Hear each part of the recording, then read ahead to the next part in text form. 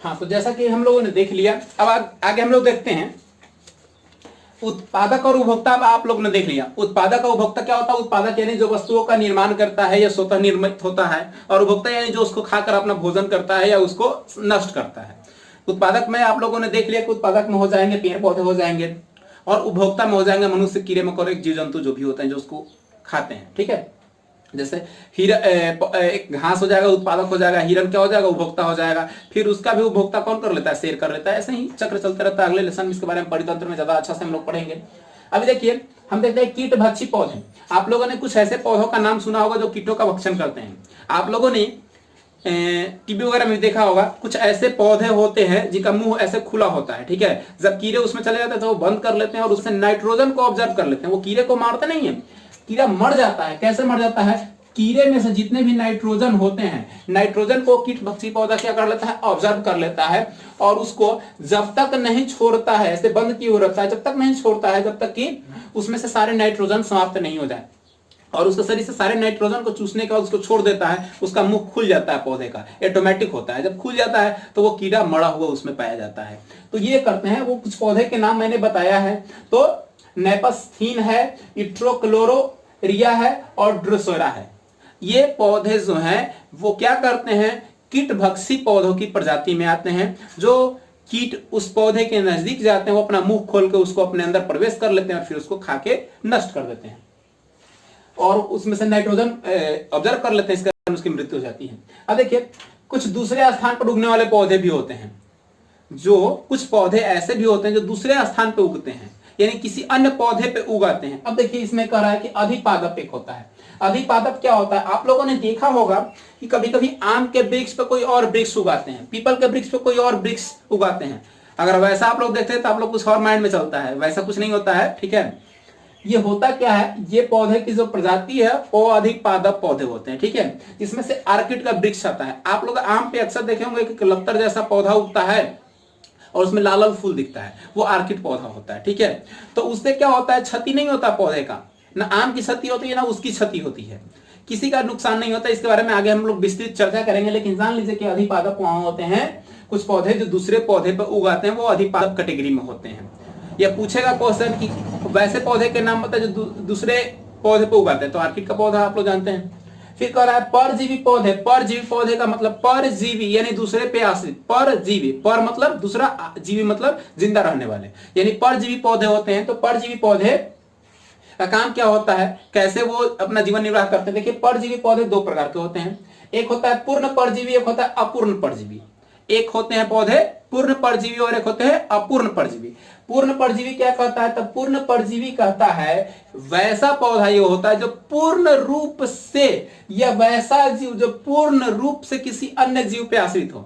वो ना तो खाना बनाता है और ना तो कोई कार्य करता है, वो पूर्ण रूप से किसी और पे निर्भर हो, वो क्या होता है, पूर्ण परजीवी होता है। अपूर्ण परजीवी क्या होता है, अपूर्ण परजीवी में वैसे पौधे आते हैं जो कुछ क्रिया स्वतः करते हैं और कुछ क्रियाओं के लिए किसी अन्य पौधे या अन्य जीवों पे आश्रित होते हैं। यानी पूर्ण परजीवी में पूर्ण रूप से दूसरे पे आश्रित, और अपूर्ण परजीवी में वैसे पौधे या वैसे जीव जो कि कुछ कार्य स्वतः करते हैं और कुछ कार्यों के लिए किसी और पे आश्रित होते हैं।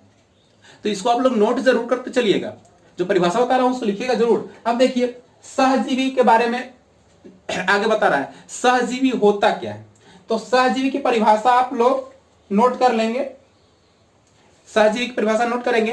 वैसे पौधे जिसमें दो पौधे एक साथ रहते हैं और एक दूसरे का सहयोग करते हैं, यानी वैसे पौधे सहजीवी, सह मतलब दूसरे के साथ सहयोग करने वाला। ठीक है, सहपाठी यानी साथ पढ़ने वाला होता है ना, वैसे ही सहजीवी यानी वैसे पौधे, वैसे कम से कम दो पौधे जो एक दूसरे के साथ रहते हैं और एक दूसरे का सहयोग करते हैं, वैसे पौधे आते हैं सहजीवी कैटेगरी में।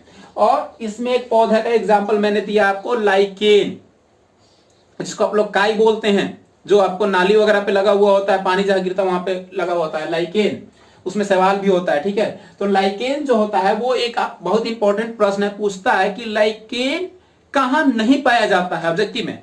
तो लाइकेन वैसे जगह पे नहीं पाया जाता जहां की प्रदूषण होता है।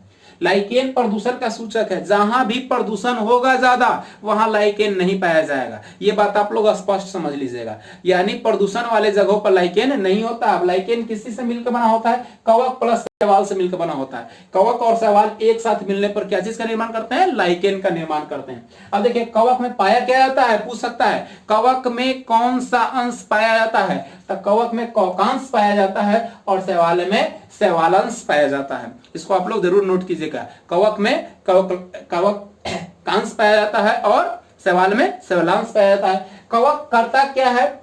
देखिए लाइकेन जो है दो पौधा के सहयोग से बना हुआ है। कवक और शैवाल दोनों अलग अलग हैं, लेकिन लाइकेन में दोनों आ जाते हैं एक साथ। तो कवक क्या करता है? खनिज लवण को ऑब्जर्व करता है, खनिज लवण को लाता है, और शैवाल क्या करता है? लाए हुए से खनिज लवण से भोजन निर्माण करने का काम करता है। देखिए तो दोनों पौधा मिलकर क्या किया? भोजन को निर्माण किया। वो आ जाएंगे सहजीवी कैटेगरी में।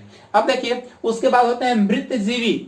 मृतजीवी आप लोग जानते हैं, बहुत बार पढ़ चुके हैं। मृतजीवी यानी कोई मरे हुए जीवों से उत्पन्न होने वाले जीव जो उसका भक्षण करते हैं और पुनः वह स्वतः ही मर जाते हैं, वैसे जीवों को बोलते हैं हम लोग मृतजीवी। पुनः सुनिएगा, मृतजीवी क्या है? वैसे जीव जो किसी मरे हुए जीव से उत्पन्न होते हैं और उसको खाकर भक्षण कर लेते हैं और स्वतः ही मृत हो जाते हैं, वैसे जीवों को मृतजीवी जीव कहते हैं। देखिए पारंपरिक क्रिया दो प्रकार की क्रिया होती है। पारंपरिक क्रिया कितने प्रकार की क्रिया होती है? दो प्रकार की क्रिया होती है। एक होता है अंतर जातीय पारंपरिक क्रिया और एक होता है अंतर क्रिया, अंतर जातीय। एक अंतरा जातीय पारंपरिक क्रिया होती है और एक अंतर जातीय होती है। दोनों अलग है। अंतर जातीय कहने का मतलब है कि दोनों में असमानता हो। अंतरा जातीय, अंतरा, एक में रा है एक में र है, तो अंतरा जातीय कहने का मतलब है कि अलग अलग जाति के पौधे होते हैं जिसका किसी एक दूसरे से क्लोज संबंध नहीं होता है, या अलग अलग जीव होते हैं। जैसे कि अगर लेते हैं हम एक कौवा को ले लेते हैं और एक भेड़ को ले लेते हैं, दोनों अलग अलग है। जैसे एक मान लिए पक्षियों को खाने वाला कीड़ों को खाने वाला पक्षी और एक अनाज को खाने वाला पक्षी है। दोनों पक्षी हैं लेकिन दोनों क्या है? अलग अलग है, तो अंतर जातीय हो जाएगा। अंतर जातीय में है सामान्य जाति के जीव होते हैं। जैसे कि मान लीजिए कोई पक्षी है जो एक मान लिए अलग वर्ग का है, जैसे कौवा हो गया, और एक अलग बगुला को ले लीजिए। दोनों जीव जो हैं वो जीव को खाते हैं लेकिन दोनों का वर्ग अलग अलग है, लेकिन दोनों का क्रिया एक ही है। वो होता है अंतर जातीय में। अंतरा जातीय में क्या हो जाएगा? दोनों हैं पक्षी ही, एक ही वर्ग के हैं, लेकिन दोनों अलग अलग क्रिया करते हैं। तो इसको आप लोग नोट जरूर कीजिएगा।